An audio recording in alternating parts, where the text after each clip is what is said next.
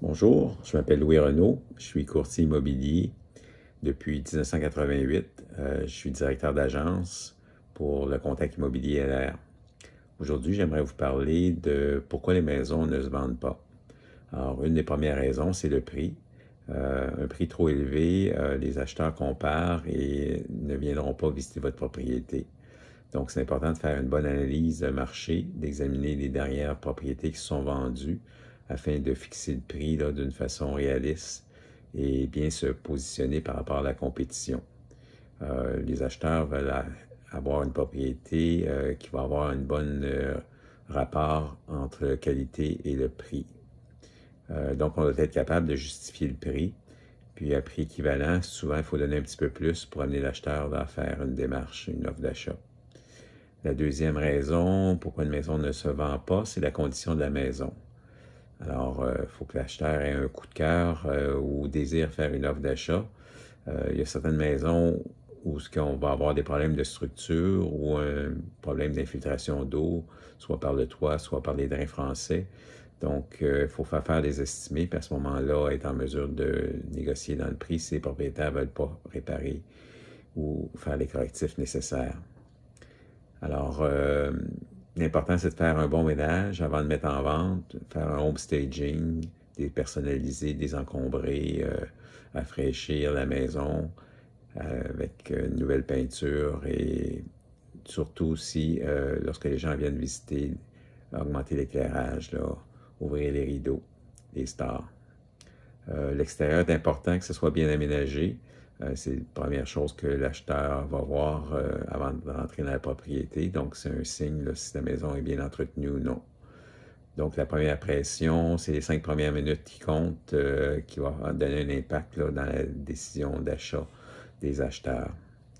Troisième raison pourquoi une propriété ne se vend pas, c'est la localisation de la maison, le quartier. Donc, il y a les quartiers qui sont plus convoités à cause du métro, des écoles, des parcs et des centres d'achat à proximité.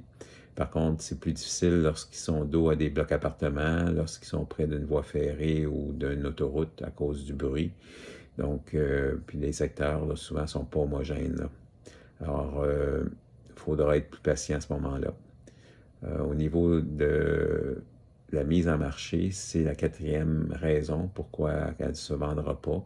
S'il n'y a pas une bonne exposition, s'il n'y a pas assez de photos, si on ne sait pas les bons clients pour augmenter l'attrait de votre propriété. Alors, il y aura aussi, si vous n'êtes pas sur le marché au bon moment, par exemple, il y a des cycles économiques. Si on est en récession, bien, ça va prendre plus de temps pour vendre une propriété. La saison aussi peut influencer. La maison des premiers acheteurs va se retrouver plus en février-mars, alors que la deuxième vague arrive pour les acheteurs de deuxième maison lorsqu'il n'y a plus de neige. Donc, eux, mieux magasiner lorsque les maisons sont... on peut voir le terrassement. Donc, mai, juin et septembre, octobre, là, après que les enfants sont rentrés à l'école, c'est le meilleur temps là, pour mettre en vente pour les acheteurs, pour les maisons de deuxième acheteur, en haut là, de 600 000. Alors, bref, il y a toujours une solution à un problème. Il y a un acheteur pour tout. Il faut juste le trouver. Alors, une des propriétés que j'ai pris dernièrement, qui avait été mise sur le marché il y a 6 mois, c'est une maison en ville d'Anjou. Je vais vous montrer un petit peu. Elle avait été inscrite en haut de 900 000. Alors, c'est un cottage. On l'a inscrit à 825 000 après avoir fait une étude de marché. Et une des raisons pourquoi on l'a mis un petit peu en bas de la valeur marchande, c'est la localisation et pas sur une rue qui est homogène.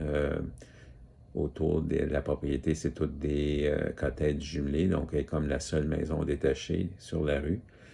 Et au bout de la rue, il y a des 6 logements.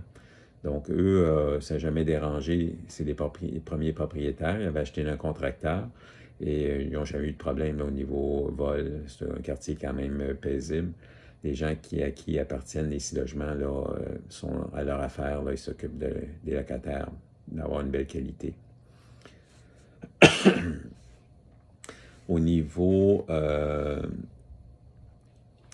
deuxième chose là, que je leur ai demandé, c'est de rafraîchir, si on regarde la condition de la maison, repeindre une pièce là, que le plafond était rouge, donc ça